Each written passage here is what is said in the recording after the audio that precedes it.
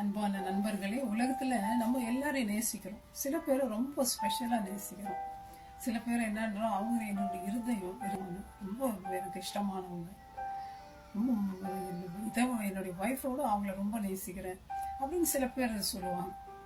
சில பேர் சொல்லுவாங்க, என் பையன் எனக்கு கண்ணு மாதிரி, அவன் இல்லைன்னா என்னால் முடியாது, அவ்வளோ என்ன நேசிக்கிறான் அப்படின்னு ஒருத்தரை நம்ம டிஸ்கிரைப் பண்ணணும் டிஃப்ரெண்டா. ஆனா வேதத்துல ஆண்டவர் என்ன சொல்றாரு தெரியுங்களா? தாவீத என் இருதயத்துக்கு ஏற்றவன்.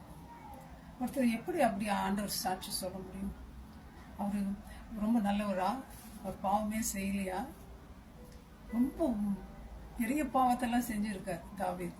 கொலை பண்ணியிருக்காரு, பொய் சொல்லியிருக்காரு, இச்சித்திருக்காரு, இதெல்லாம் இருக்கு. அப்போ ஆண்டவர் ஏன் அவரை இருதயத்துக்கு ஏற்றவன் சொல்லணும்?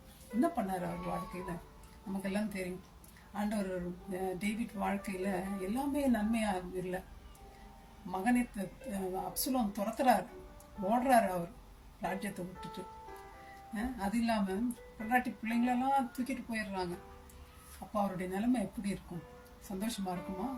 அவ்வளோ வேதனை, கஷ்டம். சவுல் ஈட்டி எடுத்து எறிகிறாரு மேல. நம்ம மேல யாருன்னா அப்படி கொல்றதுக்கு இருக்கிறாங்களா? அப்படி நம்ம அவ்வளோ கஷ்டம்லாம் பட்டது இல்லையே.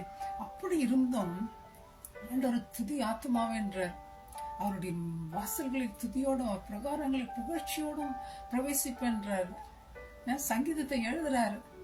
ஆண்டவர் சொன்னது எல்லாத்தையும் செய்யறாரு. அவருடைய பிரமாணங்களை வச்சு தினமும் மெடிடேட் பண்றாராம், காலையில இருந்து மாலை வரைக்கும்.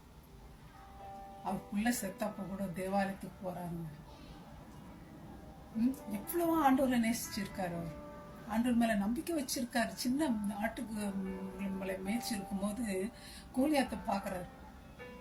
கோலியாத் ஆண்டவரை தூஷிக்கிறத பார்த்துட்டு அவ்வளவு வைராக்கியமா, என்ன அந்த சிங்கங்களில் வாய்க்கு எனக்கு தப்பிச்சு தேவன் உன்னுடைய கையில இருந்து என்ன தப்பிப்பார் அந்த நம்பிக்கையோட போற. எவ்வளவு விசுவாசம், நம்பிக்கை ஆண்டவர் மேல.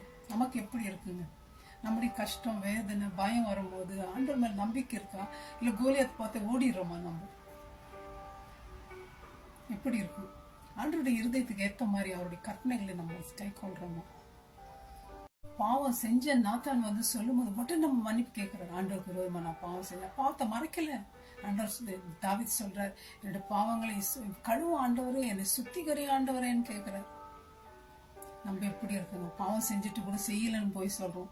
நிறைய நேரங்கள்ல மறைக்கிறோம் அதை. ஆகவே நம்மளும் தாவீதை போல ஏன் நம்ம ஆண்டவரோடு இருக்கக்கூடாது? ஆண்டவரை எப்பவும் நினைக்க கூடாது. என்னென்னத்தையோ பாடுறோம், என்னென்னத்தையோ நினைக்கிறோம். நாளெல்லாம் ஆண்டவரை நினைக்க மாட்டேங்க. வாங்க ஃப்ரெண்ட்ஸ், ஆண்டவர்கிட்ட போய் மன்னிப்பு கேட்போம். அவருடைய அன்பு சகல பாவங்களை மூடும், மன்னிப்பு கொடுக்கும் நமக்கு. நம்ம சந்தோஷமா இருக்கலாம், ஆண்டவரோடு நம்ம வாழலாம்.